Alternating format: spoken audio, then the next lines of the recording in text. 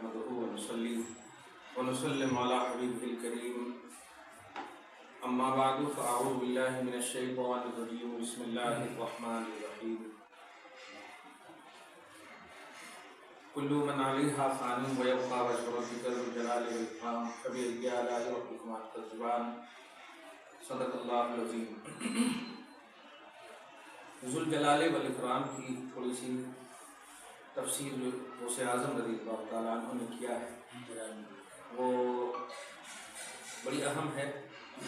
کل تو کچھ آیت متشابہات وغیرہ پر بحث ہوئی، توحید پر اور توحید کے خلاف عقیدہ رکھنے والوں کے حوالے سے اللہ پاک قبول فرمائے۔ ذو الجلال والاکرام کا معنی غوث پاک فرماتے ہیں لا یشاء فی وجودہ ولا ینازع فی سلطانہ، وہ جلال والا ہے، وہ اکرام والا ہے۔ کیا مطلب؟ اس کے وجود میں کوئی شریک نہیں، اس کے وجود میں کوئی شریک نہیں، اور اس کی بادشاہت میں کوئی جھگڑا نہیں۔ اکرام اور جلال کا یہ فمآل الکل الیہ، ساری مخلوقات کا مرجع مأویٰ اور ٹھکانہ الیہ، اسی کی طرف ہے۔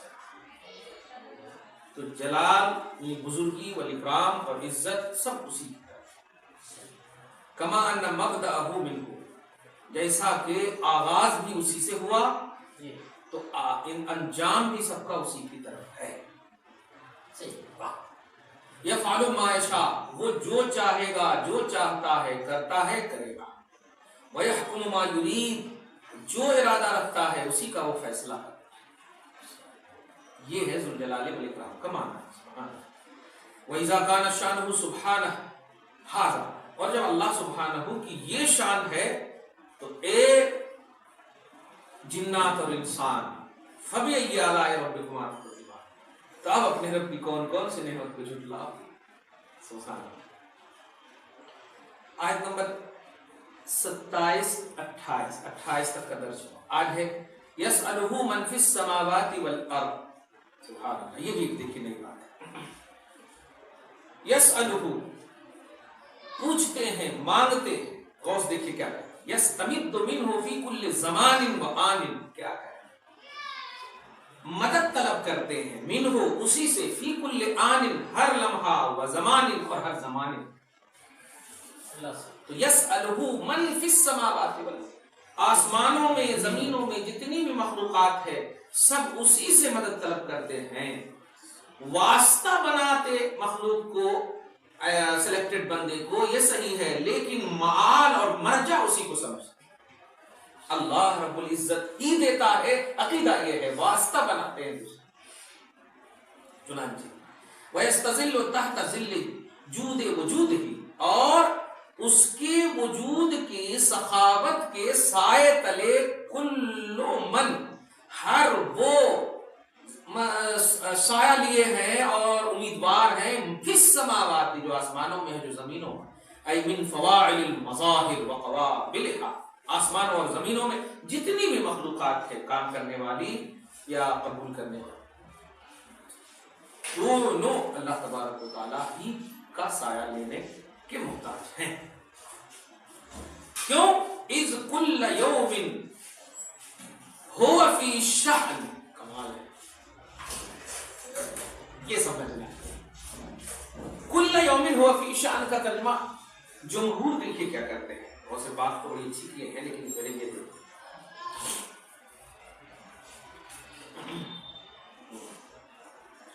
اسے ہر دن ایک کام ہے۔ ارے واہ، ہاں، ہر دن ایک کام ہے، اور اس کی توضیح میں کروں گا۔ یعنی وہ ہر وقت اپنی قدرت کے آثار ظاہر فرماتا ہے، ہر وقت کسی کو روزی دیتا ہے، کسی کو مارتا ہے، کسی کو جلاتا ہے، کسی کو عزت دیتا ہے، کسی کو ذلت، کسی کو غنی کرتا ہے، کسی کو محتاج، کسی کے گناہ بخشتا ہے، کسی کی تکلیف رفع کرتا ہے۔ شان نزول، کہا گیا کہ یہ آیت یہود کے رد میں نازل ہوئی جو کہتے تھے کہ اللہ تعالیٰ سنیچر کے روز کوئی کام نہیں کرتا، سیٹرڈے۔ ان کے قول کا بطلان ظاہر فرمایا گیا۔ منقول ہے کہ ایک بادشاہ نے اپنے وزیر سے اس آیت کا معنی دریافت کیا۔ اس نے ایک روز کی مہلت چاہی اور نہایت متفکر اور مغموم ہو کر اپنے مکان پر آیا۔ اس کے ایک حبشی غلام نے وزیر کو پریشان دیکھ کر کہا، اے میرے آقا، آپ کو کیا مصیبت پیش آئی؟ بیان کیجیے۔ وزیر نے بیان کیا تو غلام نے کہا کہ اس کے معنی بادشاہ کو میں سمجھا دوں گا۔ وزیر نے اس کو بادشاہ کے سامنے پیش کیا تو غلام نے کہا کہ اے بادشاہ، اللہ کی شان یہ ہے کہ وہ رات کو دن میں داخل کرتا اور دن کو رات میں داخل کرتا، اور مردے سے زندہ نکالتا اور زندہ سے مردہ، اور بیمار کو تندرستی دیتا اور تندرست کو بیمار کرتا، مصیبت زدہ کو رہائی دیتا، بے غموں کو مصیبت میں مبتلا کر دیتا، عزت والوں کو ذلیل کرتا، ذلیلوں کو عزت دیتا، مالداروں کو محتاج کرتا، محتاجوں کو مالدار۔ بادشاہ نے غلام کا جواب پسند کیا اور وزیر کو حکم دیا کہ اس غلام کو خلعت وزارت پہنائے، وزیر بنا دیا۔ غلام نے وزیر سے کہا، اے آقا، یہ بھی اللہ تعالیٰ کی ایک شان ہے۔ صحیح بات کہ آپ سے کے ذریعے سے جو ہمیں عزت ملی، یہ سورہ رحمان کی چاہے۔ ہاں اسی کے حوالے سے میں جو آج ایک خاص بات کہہ کر کے جو ختم کروں گا وہ یہ بات جو ہے نا ہماری امت میں لوگوں میں پھیلانے کی ضرورت ہے۔ وہ بات بڑی اہم ہے، اس سے بہت کم لوگ۔ مشکات شریف صفحہ نمبر 414 میں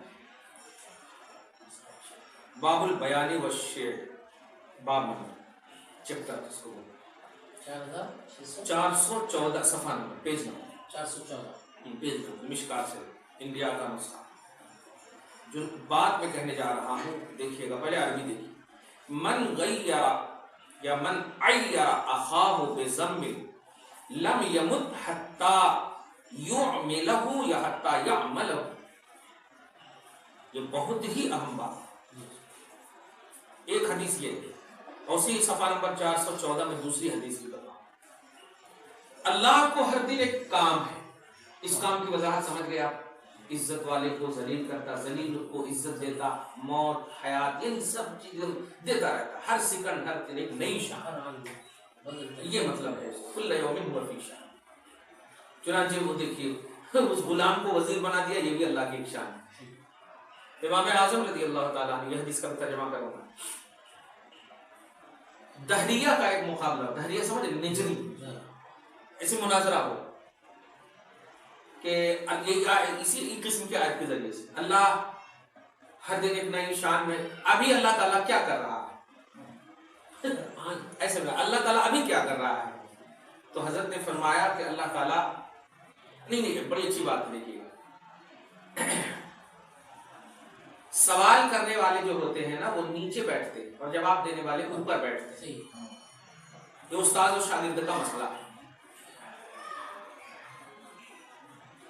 سوال کرتے کرتے وہ سوال پوچھتے پوچھتے وہ آئے تو حضرت نے جواب دیا کہ سنو، ابھی اللہ کیا کہہ رہا ہے، یہی پوچھے تھے نا، اللہ تعالیٰ تجھے کرسی سے نیچے اتار رہا ہے اور مجھے کرسی پہ بٹھا رہا ہے۔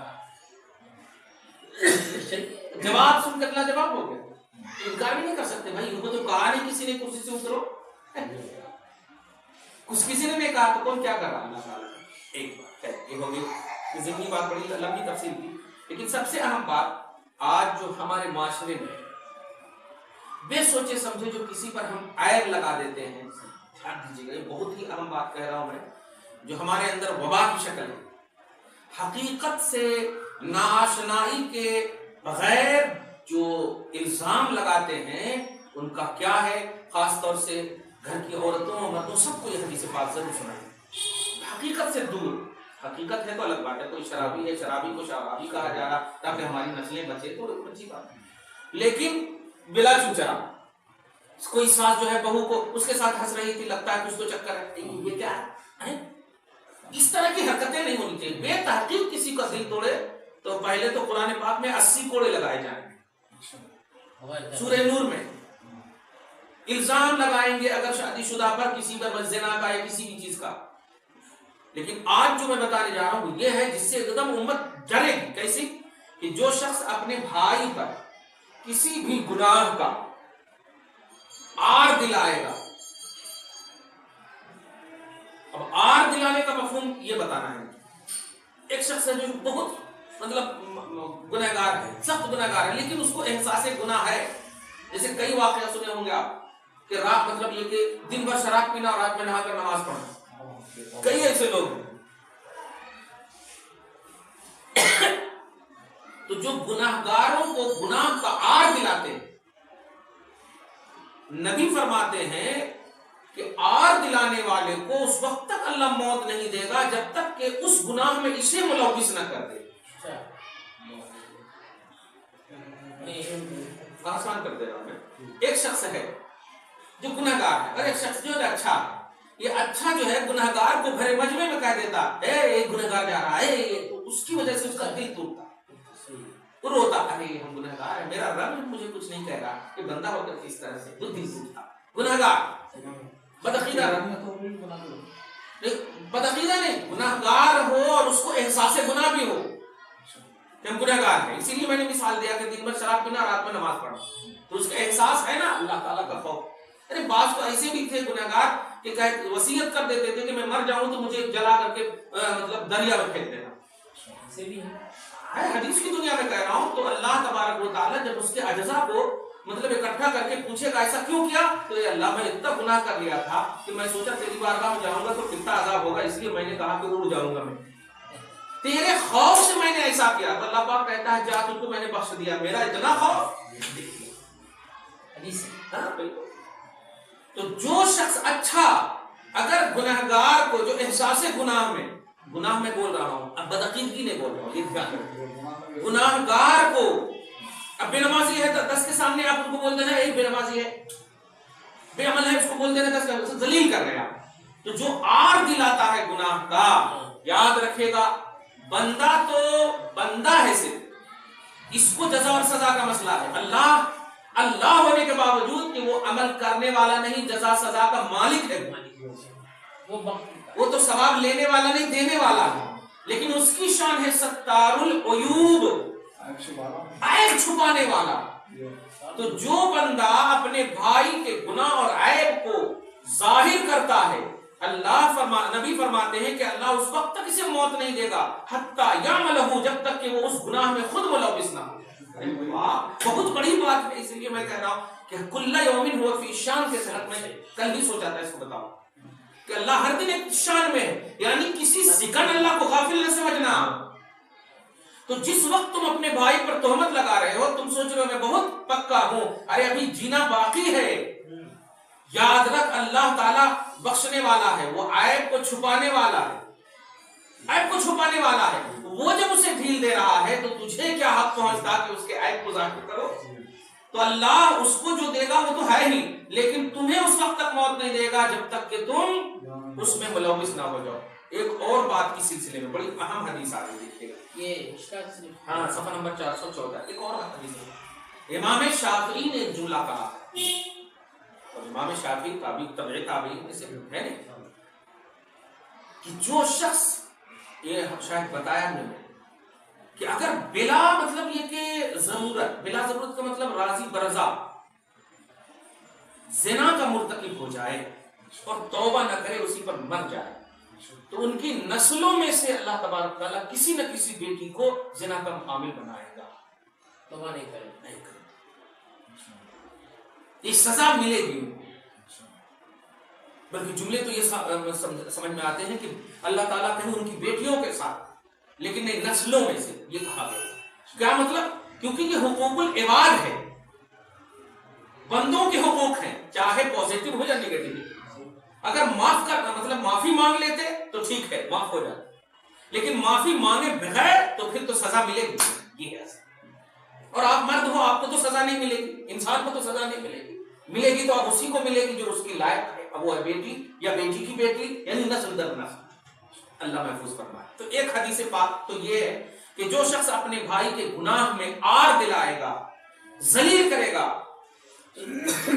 اصل میں بتانے جا رہا ہوں کہ کل یوم ہوا فی شان، یہ اللہ کی شان ہے کہ عزت دینا اللہ کا کام، ذلیل کرنا اللہ کا کام، قدرت اللہ کے پاس، سب کچھ اللہ کے پاس ہے. تو بندہ اگر کرتا ہے تو یہ شرک ہے، اس لیے اتنی بڑی وعید ہے، یہ شرک ہے. لیکن اگر بچوں کو سنبھالنے کے لیے، سدھارنے کے لیے کہ نہیں ان کے پاس نہیں رہا کرو، ان سے صحبت نہیں اختیار کرا کرو، تو یہ تو تربیت ہے. کھلے عام آر دلانا اس لیے کہہ رہا ہوں. آر تو ان کے سامنے جب کہیں گے تب تو آر ملے گی نا. چھپ کر اپنی اولاد کو تربیت دیں گے تو کیسے آر بنے گی؟ ایک تو حدیث پاک یہ کہ جو کوئی گنہگار کے گناہ کو عوام الناس میں چھپائے نہیں بلکہ ظاہر کرے اور اس کو آریت دلائے، آر دلائے، تو اللہ تعالیٰ اسے بھی اس گناہ میں ملوث کیے بغیر موت نہیں دے گا. اللہ ہم سب کو محفوظ کرنا ہے. آگے دیکھیے یہ اسی صفحہ میں لا تظہر الشماتہ لأخیک فیرحمہ اللہ ویبتلیک. ایک اور بڑی اہم بات ہے. باپ رے باپ، یہ دیکھیے ہم لوگ کبھی دعوت میں آپ محسوس کیے ہوں گے، دیکھے ہوں، خدا نہ کرے کبھی کیے ہوا اور کیے ہو تو اللہ معاف فرمائے. کبھی کہیں دیکھے ہوں گے آپ کہ اگر اچھے سے اچھا کوئی پہن کر کے جاتا، آپ بھی مومن ہیں اور کوئی بالکل عام ایزی پہنا ہوا نہیں ہے، کچھ بھی ایسے ہی ہے. اب وہ آپ جو ہے کہیں دعوت میں گئے، آپ کو لینے کے لیے وہ دوڑ پڑے اور جو ایزی کپڑا پہنے ہوا ہے، جو آسان ہے، اس کی طرف دیکھ نہیں رہا، اس کی طرف دیکھ رہے. بلکہ اگر وہ ساتھ ہے بھی تو ان کو کہہ دے رہا چلو چلو بعد میں پہن. اللہ کے رسول کا حدیث سنیے، لا تظہر الشماتۃ، شماتت، اپنے بھائی کی شماتت کو ظاہر مت کرنا. شماتت کا مطلب ان کی کمزوری، چاہے وہ دینی اعتبار سے ہو یا دنیاوی اعتبار سے. یہ اصل صحیح مفہوم ہے. ان کی کمزوری، جیسے کہ دیکھیے عرب والے کیا کہے تھے ابو بکر کو دیکھ کر کے، مدینہ کے انصار کو دیکھ کر کے، یہ لوگ کیا مطلب طواف کریں گے، مدینہ کی بخار نے جن کو کھا لیا. کمزور ہے، طواف تو ہم کرتے ہیں. اس طرح سے وہ بولا تو اسی دن سے رمل کا مسئلہ آ گیا تھا شریعت میں. نبی نے کہا اے صحابیوں، دنیا کے ہر خطے میں سینہ تان کر چلنا حرام ہے، لیکن آج میں کہتا ہوں کہ ان کے کہنے کی وجہ سے سینہ تان کر چلو، یہ شریعت ہے. تو جانتے ہیں جو بوڑھے بھی صحابی تھے وہ بھی کوشش کر رہے ہیں سینہ تاننے کی. دیکھ رہے ہیں. تو کبھی یہ ہے شماتت کہ اپنے بھائی کی شماتت کو ظاہر کر رہے ہو. آپ وہ کھانا ہوتا تو کیوں نہیں کھاتے، لیکن تم نے جانا نہیں کہ یہ بھوکے کیوں ہے، نبی کی محبت میں ہے، شریعت کی اتباع میں ہے، توحید کے آئینے میں. اور اس بنیاد پر اگر وہ کمزور ہیں تو کبھی اچھا یہ لاگو ان بیویوں پر بھی ہوتا. دھیان دیجیے گا، جو شوہر کو کمزور سمجھ کر کے مطلب واویلا مچاتی ہیں، یہ نامرد ہیں تو یہ ہے وہ ہے، استغفر اللہ معاذ اللہ. جب پتا بھی خدا کے اشارے کے بغیر نہیں ہلتا تو تیری شادی جب ہو گئی تو اس کا مطلب اللہ تبارک و تعالیٰ نے کرایا. اب اس کو نبھانے کے لیے سوچنا کیسے کرنا، کیا کرنا، عبادتوں کے ذریعے کچھ کمی بیشی بھی ہے تو اس کو کر لیں. سمجھ رہے نا؟ خیر، اب یہاں لا تظہر الشماتۃ لأخیک، اپنے بھائی کی شماتت کو ظاہر مت کرنا. کیوں؟ فیرحمہ اللہ، کہ کہیں ایسا نہ ہو کہ اللہ اس پر رحم کر دے، ویبتلیک، اور تجھے بلا میں مبتلا کر دے. یہ دوسری حدیث بھی اسی پیج کی ہے، صفحہ نمبر 414. سمجھ گیا؟ تو یہ دونوں حدیث نے ہمیں جھنجھوڑ کر رکھ دیا کہ واقعی آیت نمبر کتنے؟ آیت نمبر 29، کل یوم ہوا فی شان، کہ اللہ ہر دن، ہر آن، ہر لمحہ، ہر سیکنڈ، جس میں سیکنڈ بھی نہ ہو، ایک نئی شان میں ہے، ایک نئی قدرت میں ہے. کب، کس کو، کیسے، کہاں، کس طرح سے، یہ ساری چیز کو ایک طرف رکھ دیجئے اور اللہ ایک شان میں ہے. ابھی عزت دے گا، ابھی ذلیل کرے گا، ابھی پیسہ دے گا، ابھی ختم کر دے گا.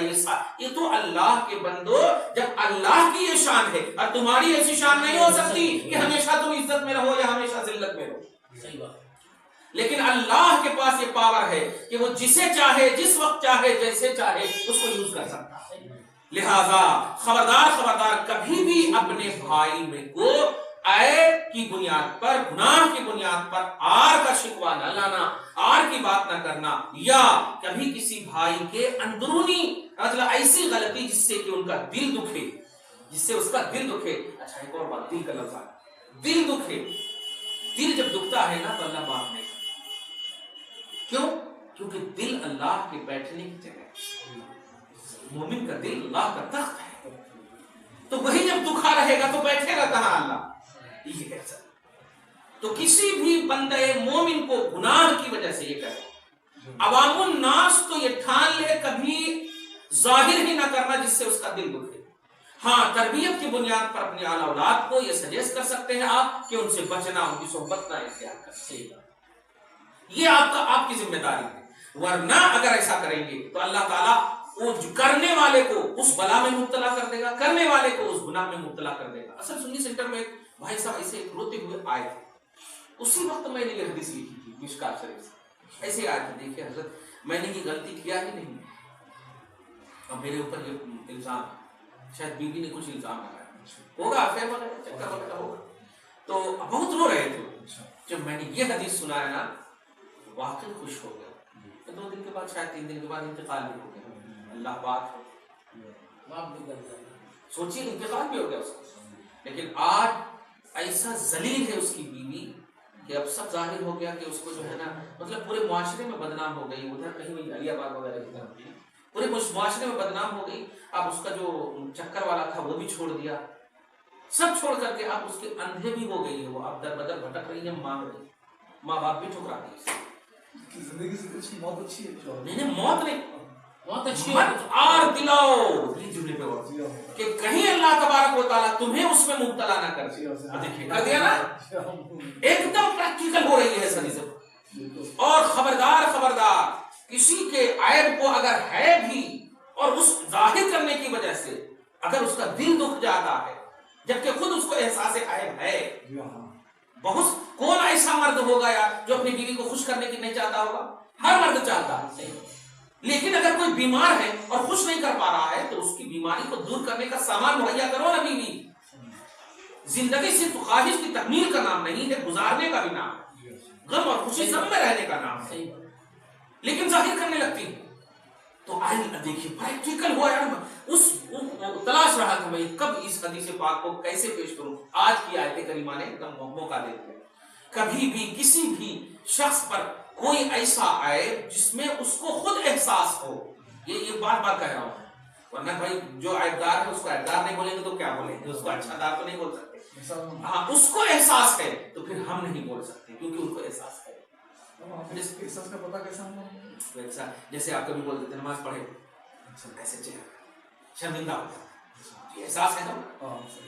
اب اگر کہیں میں نہیں پڑھتا تو یہ تو پھر تو آپ کو بولنے نہ بولنے کے کوئی فائدہ ہی نہیں، احساس ہو ماں باپ کا ادب کیا کرو جھک جائے، یہ احساس ایسے شخص کا دل نہیں۔ اور سب سے بیسٹ مثال یہ شوہر اور بیوی کی بھی مثال ہے کہ اگر کوئی شوہر بیمار ہے کنٹینیو 1-2 سال بیمار ہے تو اب ماں باپ کو جا کر مت کہو کہ وہ بیمار ہے، کھانا لا کر کے نہیں دے رہا تو ماں باپ کو جا کر مت کہو کہ کس سے شادی کرا دی، تیری بھی رسپانسبلٹی ہے کہ تو بھی اس کی خدمت کر۔ اس حالت میں اگر مر گیا وہ تو ڈائریکٹ تو جنت جائے گی۔ 20 سال 30 سال کا اگر ہٹا کٹا جوان بھی تجھے خوش کرنے والا مل گیا جنت نہیں مل سکتی، لیکن کمزور شوہر راضی ہو کر مر گیا جنت مل جائے گی، اور وہی اللہ تعالیٰ پھر طاقتور بنا کر کے تجھے جنت میں پیش کرے گا۔ دیکھا یہ دیکھیے، دعا ہے اللہ تعالیٰ ہم سب کے فکروں میں سوچ میں حسن عطا فرمائے، عقیدے میں بالندگی ہو، زینت ہو، ہم سب کے ایمان و عمل کو دائمیت نصیب فرمائے۔ ستار العیوب کے صدق و طفیل میں اپنے بھائیوں کی سب سے پہلے تو عیب سے اللہ تعالیٰ سب کو محفوظ فرمائے، اور اگر ہے بھی تو انہیں ہدایت دے، توفیق دے،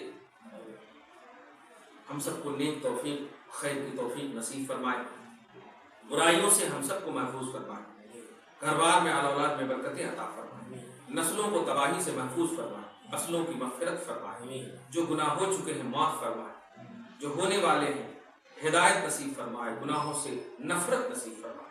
وصلی اللہ تعالی علی خیر خلق محمد وآلہ واصحابہ اجمعین برحمتک یا ارحم